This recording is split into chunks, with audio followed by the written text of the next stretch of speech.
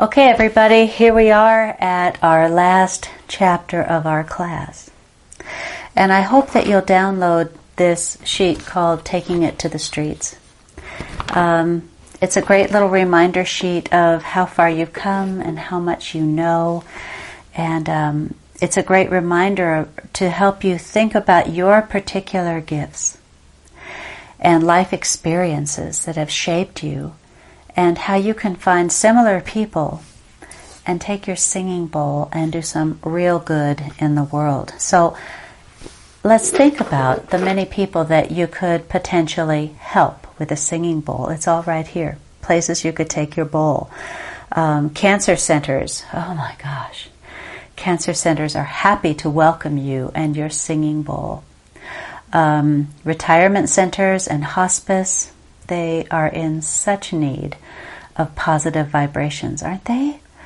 Hospitals, schools, retreat centers, churches, yoga classes, very popular. Rehab centers, prisons, halfway houses, conventions, parks, funeral homes, grief groups, businesses, meditation groups, animal shelters. For goodness sakes, bowls belong in all of these places. So on this sheet, you'll see a few bowl techniques for working with groups. So let's go over a few of these. If you're a part of a group and you want to kind of create a wonderful circle, kind of unifying everyone in the group, you can ignite a bowl and walk behind everyone in the circle, floating the bowl over their heads. It's a wonderful way to get people out of their busy brain and directly into the moment, into your group. You can use the bowl like a talking stick. What this means is that for little kids, this is especially fun. You give them a singing bowl and they tap it, and they can talk about themselves for as long as the bowl is singing. And then they have to stop. This is also good for adult groups, so people don't talk too long about themselves. But it's a great way to introduce individuals into a group. Tap the bowl while stating a name and the intention to open a group circle. This is really nice when you're in a group where people don't know each other. So they can tap the bowl and say, "My name is Ann Martin, and my intention is to bring happiness and an inquisitive mind to today's group." And then when the bowl stops singing, they can pass it to the person next to them. And this is a great way for everyone to get to know everyone's name and their intention, where they're coming from. But it's also fascinating to hear how different the bowl is in everyone's hand.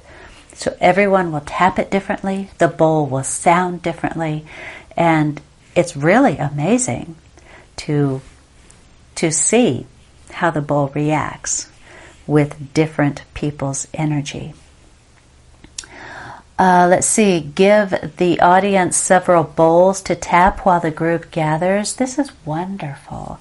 If you've got more than one bowl, you can disperse them throughout a group as they come to gather, like in an auditorium, and just instruct individuals to tap the bowl until the bowl goes into silence, and then pass it on to someone else and give them that instruction.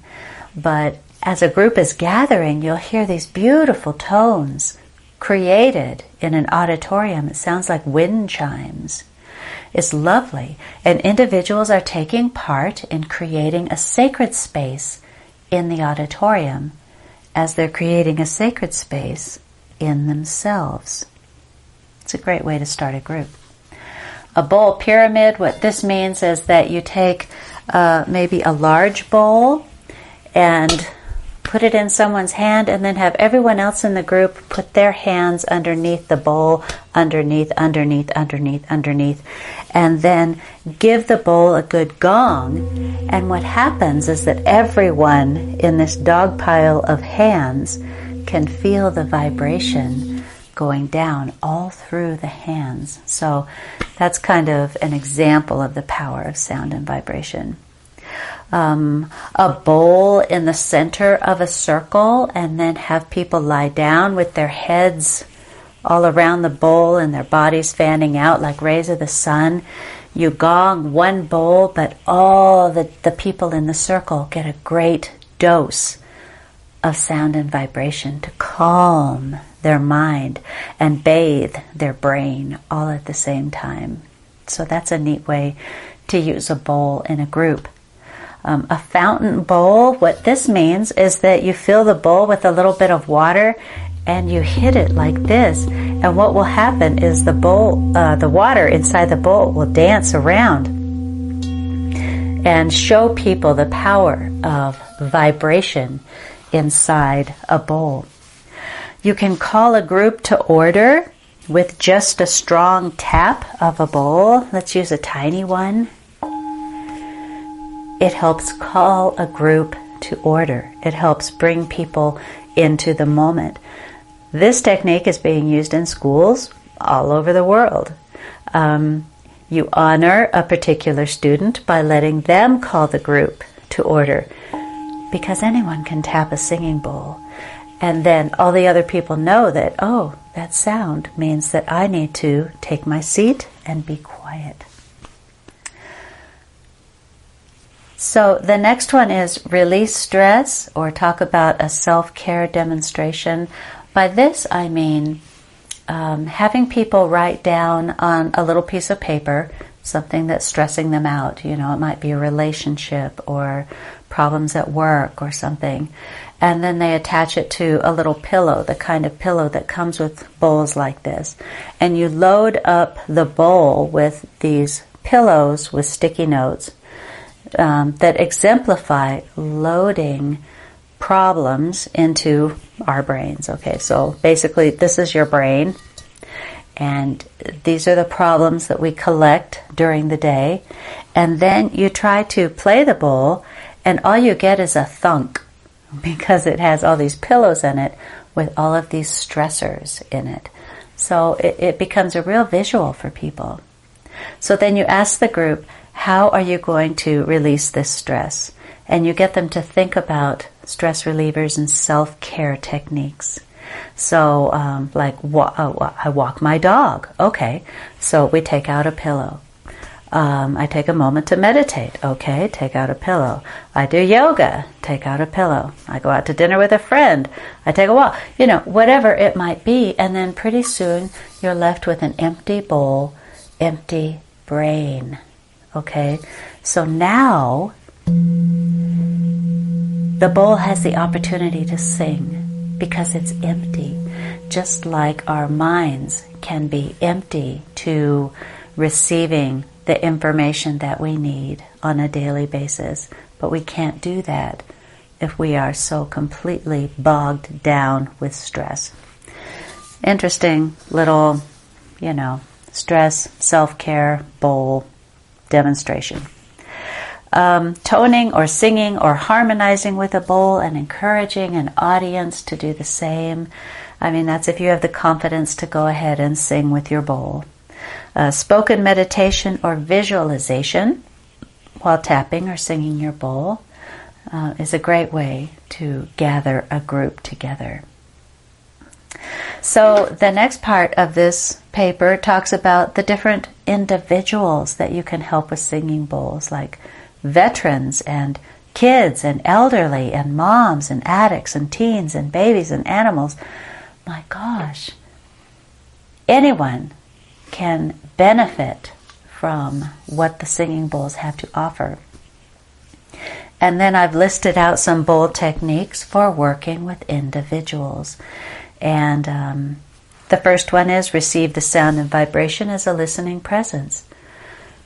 That's information enough for many individuals. How do I do that? Imagine if we received communication from others as a listening presence, with not just our ears and our little functioning brains, but as a pure listening presence, receiving communication with our whole self. It's something to think about. It's one of the things that the bowls teach. Following the sound into silence, tapping any bowl and helping an individual follow the sound into silence is the most simple meditation there is. And anyone can do it from age 2 to 102. Breathe in the healing vibrations. Breathe in the sound. Take it deep into your being. These are all good things to help an individual. Picture the sound as sound waves, or inviting the mind to apply a color. What a great idea to help an individual with a busy brain. Maybe someone has ADD or ADHD or PTSD. Simply inviting them to listen to a singing bowl and apply a color can give their mind a break. Humming with the bowl, encouraging someone to make their own creative, sacred sound is extremely effective. Focusing on what you hear, trying to find those 3 to 5 different layers of tone and sound in a bowl helps to focus the mind. And the mind is not thinking of anything else but trying to find those layers. So that becomes a good meditation. Focusing on what you feel. Where did the vibrations travel? Simply focusing. When this bowl is ignited, I feel it in my arm. I feel it going into my heart. Inviting people to focus on what they see. To close their eyes and explore the bowl with nothing but their fingertips and their hands. Feeling all those hand-hammered marks and wondering, wow, there were hands that created this bowl. And I can feel those marks. And this bowl started its life out by being beaten up by life. And yet, it creates a beautiful sound. It can come to its center and create a beautiful sound for the world. Just like I can come to my center and be my best self. The bowl on the belly, or a bowl at the head, or a bowl in the hands. These are all great places to place a bowl to help an individual experience the sound and the vibration. Releasing negativity. You can do this with groups or individuals. Have them write down on a little piece of paper something that they're ready to release. And then ceremoniously sing the bowl in a counterclockwise way, which is the direction of release. And talk about everything about release,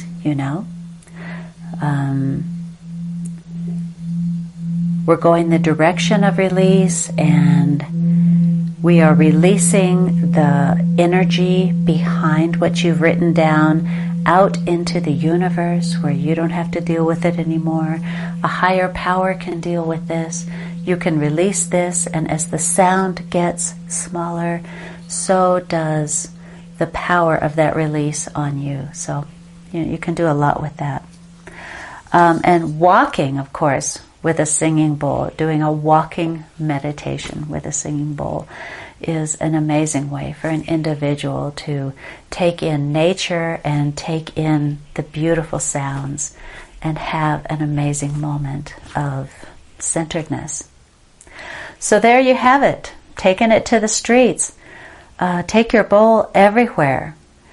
Invite it to any instance, any groups of people that you know, families, friends, circles, whatever. Help the people understand that these instruments are here to help the human condition. And in your hands, and with your knowledge now, you can really make a difference.